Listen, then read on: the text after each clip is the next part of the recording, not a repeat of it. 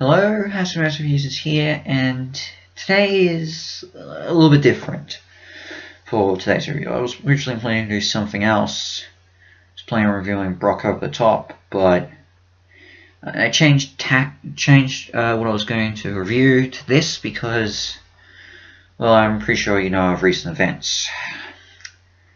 I'll mention what they are at the end, but I will say I'll give my full opinions on it later. But today, it's not so much of a review, but basically my own thoughts on one of my favorite shows of all time. And what is that show? Well, the title, which you can guess with this shirt I'm wearing. I'll get into that later. It's MYTHBUSTERS. Yes, I am a huge MYTHBUSTERS fan. In fact, I still love the original series. I haven't really delved right into the newer version. I mean, I've seen one of the spin-offs, but okay, a few spin-offs, but anyway, MYTHBUSTERS. This was pretty much the gem of the Discovery Channel from 2003 to 2016. Everyone loved the show. They loved the people who worked on it. They loved the myths they tested, and they loved all the explosions. And I was right on it. I mean, it took a while for me to officially warm up to MYTHBUSTERS. I was introduced to by my uncle when I was 8 years old, and for a while I didn't really understand the love behind it. I mean, I loved a few of the things they tackled, but I never really clicked on the show. That wasn't until high school when I watched their moon landing, Is the Moon Landing a Hoax myth episode.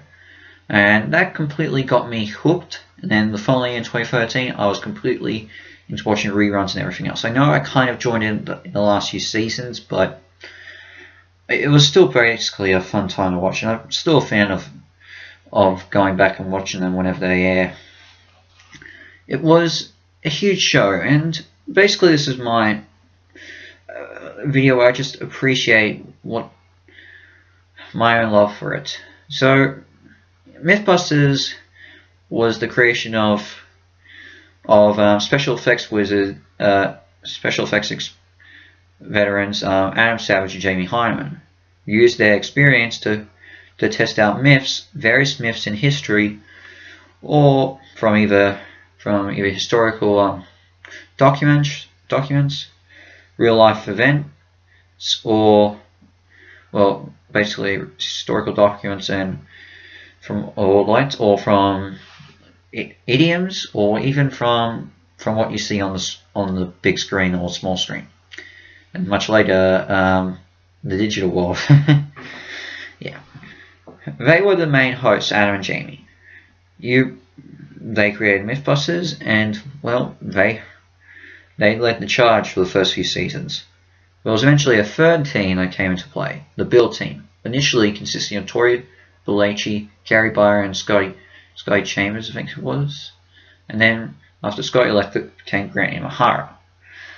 And they were and at that point, they were set into two different sides. You had Adam and Jamie testing one half of the myth in the episode, while Cary, Grant, and Tori would test the other half. It was a huge...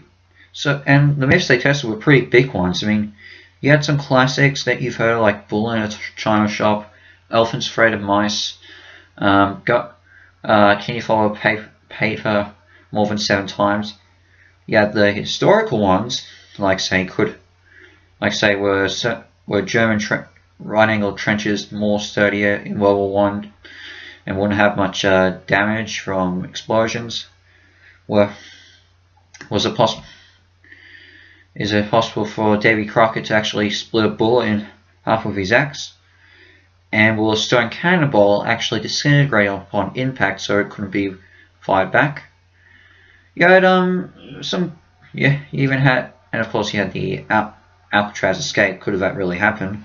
Then you had myths from the movies, from seeing if it's possible to drive a car that's sawn in half from the Green Hornet. You had whether Rose and Jax would have both survived from Titanic, creating an Ewax candle like in Shrek, and much later even would have Homer Simpson mattered in protecting his house from a wrecking ball from The Simpsons.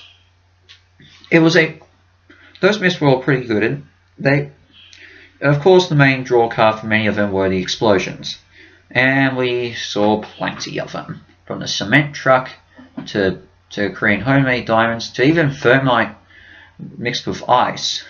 They're all some pretty good booms, I will say, with Jamie automatically saying he wanted a big boom.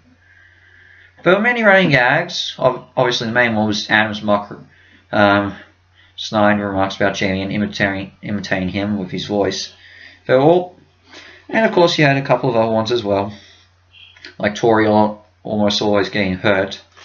It was funny to watch them all fail, and yet happy to see them actually succeed in getting myths right, because most of the time you would always see the myths getting busted. Now, and it was a joy to watch. The announcer, who I forget who his name was always nice to hear, and everything in between, and everything. They did a couple of special episodes as well. The best of the special episodes is the Duct Tape Island, my favourite episode, where Adam and Jamie survived on a deserted island for a week with nothing but duct tape, and then made their escape with duct tape.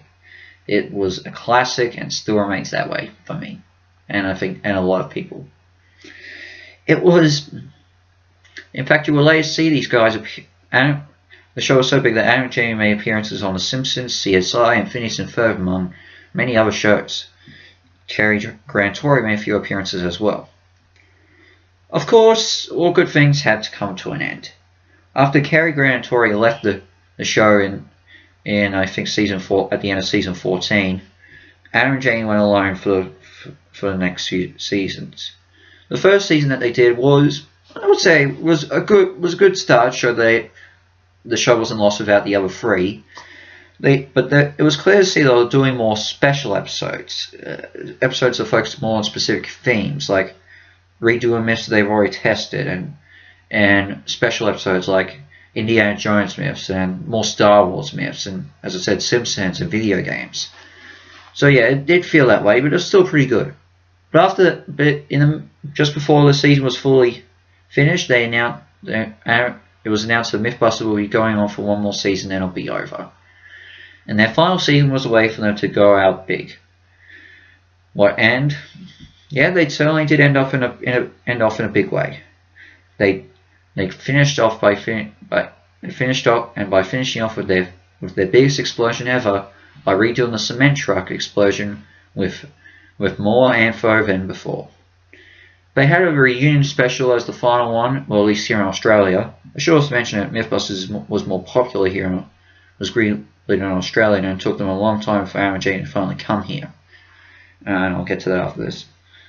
So they had a reunion special with the other, with Hyman and Sarah reuniting with Grant Imahara and Byron, where they talked about their best moments and greatest experiences and all that.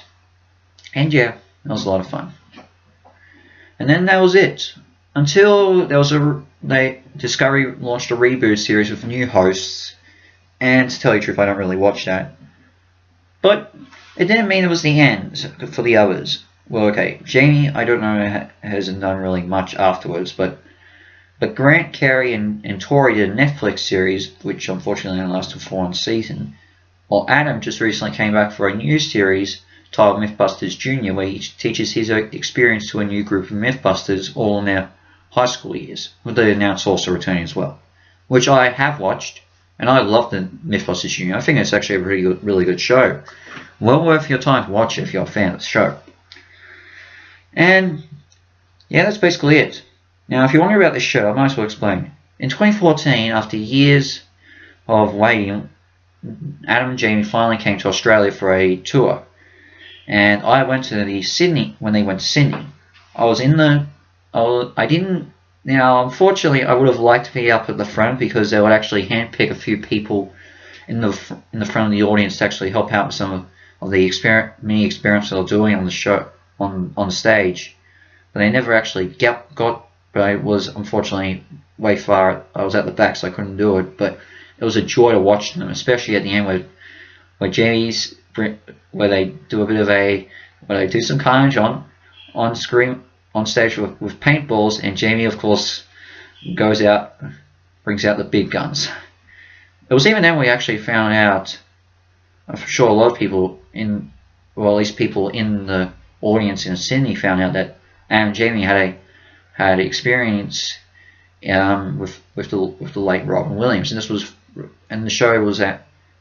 this show happened 3 months after Williams died. So it was a little bit of an interesting fact to actually find out. So yeah, Adam still actually does a few things. Also, he actually now runs a Comic-Con like event, and also has his own YouTube channel and everything. So, well, if you have time to look at that. And yeah, but basically, in a way, the original series still lives on, and for many people, it still is one of their favorite shows. And my boss at work admits it's his favorite show as well. It was a joy to watch MythBusters, and it's well worth your time to watch the original series. I also recommend giving a go at MythBusters Jr. as well. So that's also a bit of worth your time to see Savage show what he learned through MythBusters to a new generation. And yeah, it's well worth your time to give a shot. From watching all the booms to seeing Buster, their crash test dummy getting hurt, getting pretty much blown to pieces nearly every single time. It's well worth your time to give a shot at the original show. I would give it, if I was giving this a score, I'd give it 10 out of 10 half stars easily, but I'm not doing a traditional review here. I'm just giving you my experiences with the show, and it was all amazing. It's an amazing show for everyone to check out. But of course, now would I love to see the original group get back together? I would. But unfortunately, as of now, it'll be a lot hollow because only 4 could come back. I'm sure, as many of you have heard this week, Grant Imahara has died due to a brain aneurysm. And when I found out the news, I was like, what?